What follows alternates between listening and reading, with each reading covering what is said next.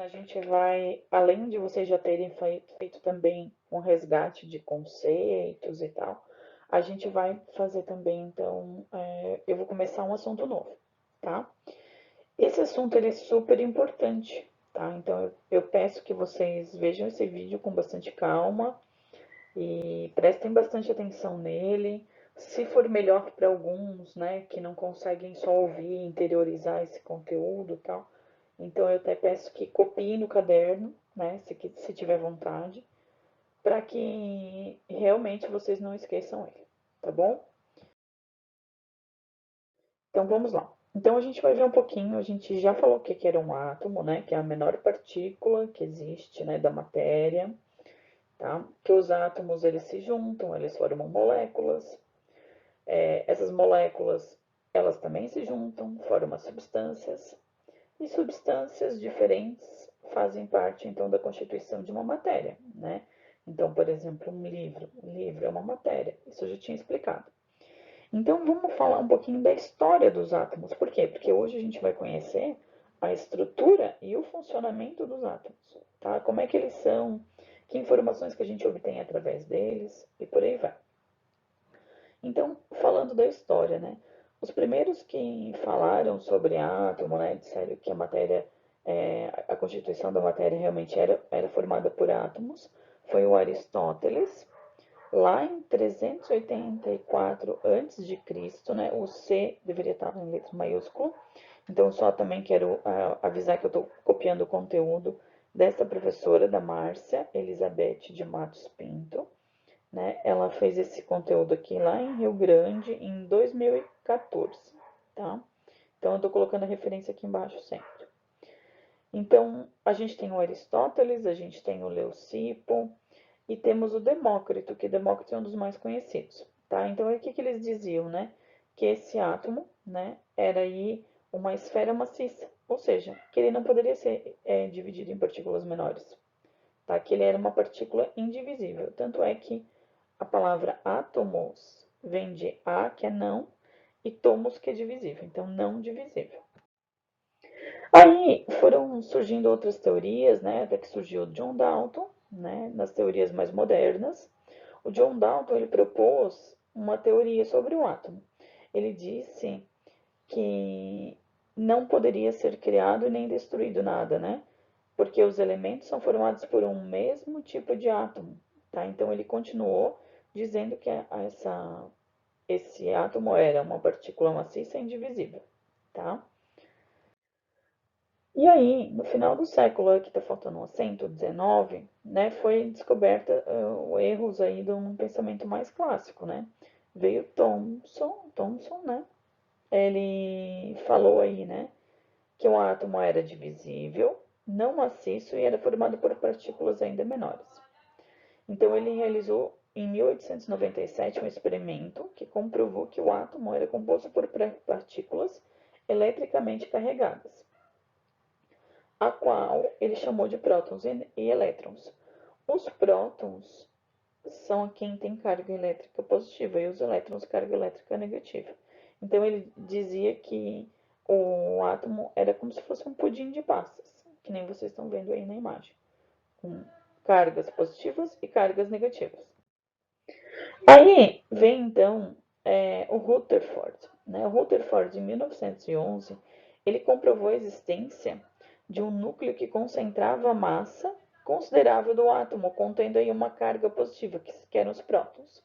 E ele propôs então que o átomo era parecido com o modelo dos planetas, né? O modelo planetário. E aí ele falou, né, também de uma teoria eletrostática. Isso quer dizer que os elétrons, né, que também faziam parte dos átomos, eles estavam em órbita em torno do núcleo e eles eram atraídos por sua carga positiva, ou seja, os opostos se atraem. E depois veio Rutherford Bohr, né? E aí o Bohr, né, ele complementou a teoria do Rutherford, né? Ele disse o quê? Que baseado no eletromagnetismo, né, ele corrigiu então essa falha na teoria do Rutherford, né? E ele disse que provavelmente que as órbitas seriam elípticas e não circulares, né? Então, ali, tornando o modelo um pouquinho diferente. Então, ele aprimorou aquele modelo primitivo do Rutherford e ainda disse mais, que os átomos eles têm níveis, né? Isso significa camadas, né? Então, podem ter no máximo 7 camadas, a gente vai falar sobre isso, carregando um número máximo de elétrons em cada uma. E aí, só para vocês verem, eu achei interessante essa figura que ele trouxe aqui, para comprovar que realmente os átomos existem. Então, existem hoje, né, arranjos aí dos átomos, né? Esse aqui é um do grafite, né? Que é o carbono aqui, né? Átomos de carbono no grafite. E aí tem uma microscopia eletrônica de varredura que permite a visualização de átomos. Então agora a gente chegou à parte mais prática, assim, né? Ao que realmente a gente precisa saber, tá? Então o átomo, né? Ele tem uma unidade fundamental, estrutural,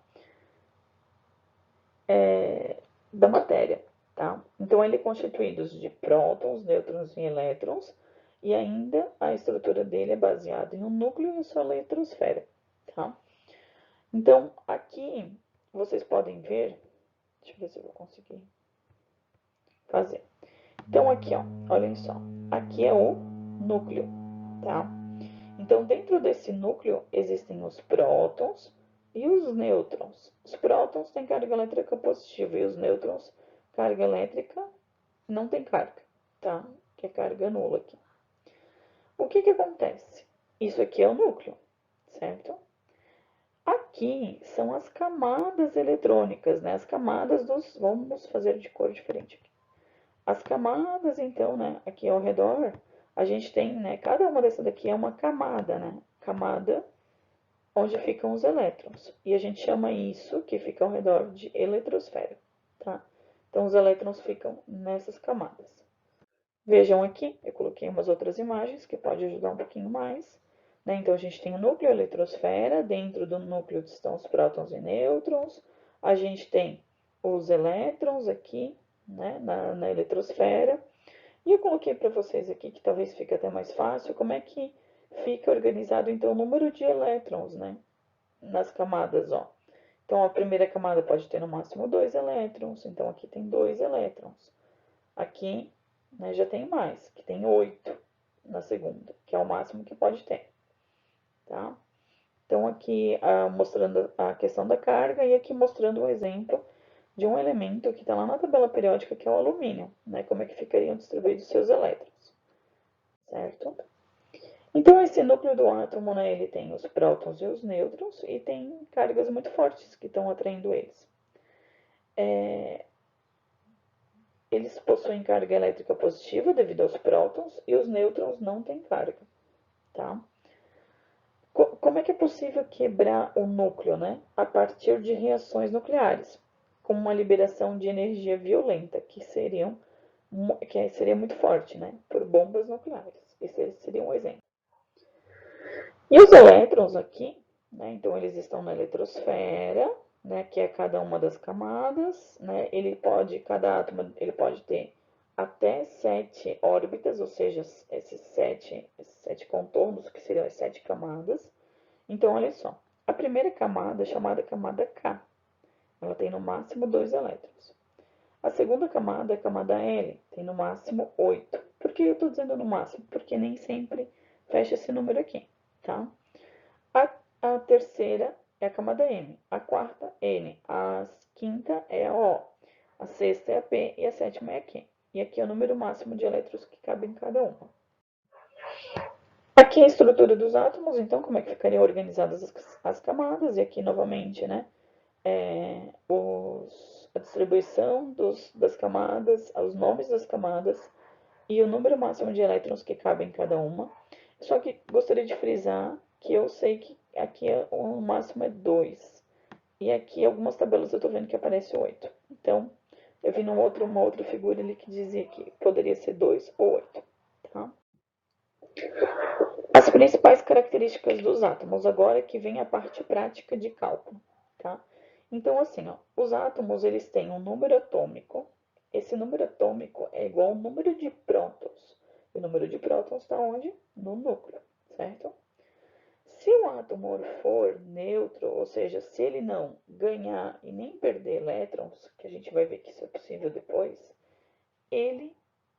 o número de atômico pode ser igual ao número de prótons e também, né, que isso aqui é que aí é válido, e também igual ao número de elétrons, tá? Isso sem se transformar em íons, certo? O número de massa é a quantidade de prótons mais nêutrons, ou seja, é o que está dentro do núcleo. Isso aqui também é uma forma de estar representando, né, essas informações. Então, aqui eu teria o meu elemento, né, o símbolo desse elemento, aqui é o número de massa vai em cima e aqui é o número atômico embaixo. Esse A aqui, ele também pode se concentrar nesse lado aqui. Então, existem essa forma que é do mesmo lado e existe a outra que fica um de um lado, outro do outro. E aqui, então, eu apresento a vocês uma tabela periódica. Quando a gente estava lá na sala, a gente já manuseou essa tabela periódica uma vez. Então, eu gostaria de mostrar para vocês que aqui a gente tem os átomos diferentes que existem. Eles também são chamados de elementos químicos aqui na tabela periódica, tá? Essa tabela periódica está organizada da seguinte forma. Todos que estão nesta primeira linha, olha só, eles têm apenas uma camada, tá? Todos que estão nesta segunda linha têm quantas camadas? Duas camadas. Todos que estão na terceira linha têm 3 camadas, tá? Então, quem está na primeira linha só tem a camada K. Quem está na segunda linha tem a camada K e a L. E assim por diante. Então, no máximo, 7 camadas que a gente tem. Aqui, lembrando que tem um errinho também, ó. Aqui é para ser 7 e não 6. Tá? Todas as tabelas periódicas, elas também têm, olha só, uma legenda. Por que essa legenda é importante? Porque ela vai me dizer aonde é que está a informação que eu preciso. Então, o número de massa fica aqui embaixo, nessa tabela, nessa legenda, e o número atômico está aqui em cima. Vamos olhar a próxima. Essa aqui é só mostrando, né, a quantidade de camadas que vai sendo acrescentada a cada nível de energia diferente. São chamados períodos também, por isso que é uma tabela periódica, a gente fala. Aqui eu tenho um outro exemplo de legenda, tá? Então, aqui está o número atômico em cima, o símbolo, embaixo é o nome e embaixo do nome está o peso atômico, que seria o número de massa. E aqui a gente vem para os exercícios, tá? Então, deixei um exercício bem simples, essa daqui, é só vocês acharem a legenda da tabela periódica de vocês, tirar uma foto, vocês vão anexar as duas fotos juntas. Segunda coisa, vocês vão ter que fazer, vocês vão olhar esse exercício resolvido para responder o próximo slide. Então, eu coloquei aqui, ó, eu quero o símbolo, né? O símbolo, na verdade, já dei. Então, tá aqui, ó, achei o símbolo na tabela periódica. Eu quero o nome do elemento. O que é esse AL? Vocês vão ver aqui. É alumínio. Em que linha que se encontra o alumínio? Na terceira linha. Isso quer dizer que ele tem quantas camadas? 3 camadas. Isso aqui é a mesma informação. O número atômico eu consulto onde? Pela legenda. Esse aqui, pela legenda, está em cima. Essa daqui também está em cima. Então, é o número 13. O Z é igual ao P. Então, aqui o número de prótons também é 13. O número de elétrons, nesse caso, também vai ser 13. Por quê? Porque esse átomo ele não ganhou e nem perdeu elétrons. Para eu saber o número de massa, eu vou olhar também na tabela periódica. Então, a massa está aqui embaixo, né, nessa legenda, e aqui também, nessa figura ao lado, também está embaixo. Então, eu coloquei aqui que está 26,98. A gente vai arredondar para cima. Então, aqui ficou, desculpa, 27. Para saber qual é o número de nêutrons, eu tenho que fazer uma continha. Por quê? Porque o A é igual a P mais N, né? Então, se eu sei esse valor aqui, e eu sei o tanto de prótons, né? Eu consigo fazer a continha para saber quantos nêutrons eu tenho, que no caso aqui é 14. Então, aqui a gente tem, eu só dei 3 elementos para vocês, e na próxima quinzena a gente vai fazer muitos exercícios. Tá bom? Espero que vocês tenham entendido. Se não deu para entender vendo esse primeiro vídeo, voltem e vejam novamente, até vocês entenderem. ele tem bastante imagens, tá bem fácil assim de conseguir compreender. É um assunto diferente? É um pouco mais difícil? Também, né? Mas a gente também tem que fazer esse esforço aí de tentar entender, por isso que eu tô aqui falando com vocês, tá bom? Então, um abraço e até a próxima quinzena.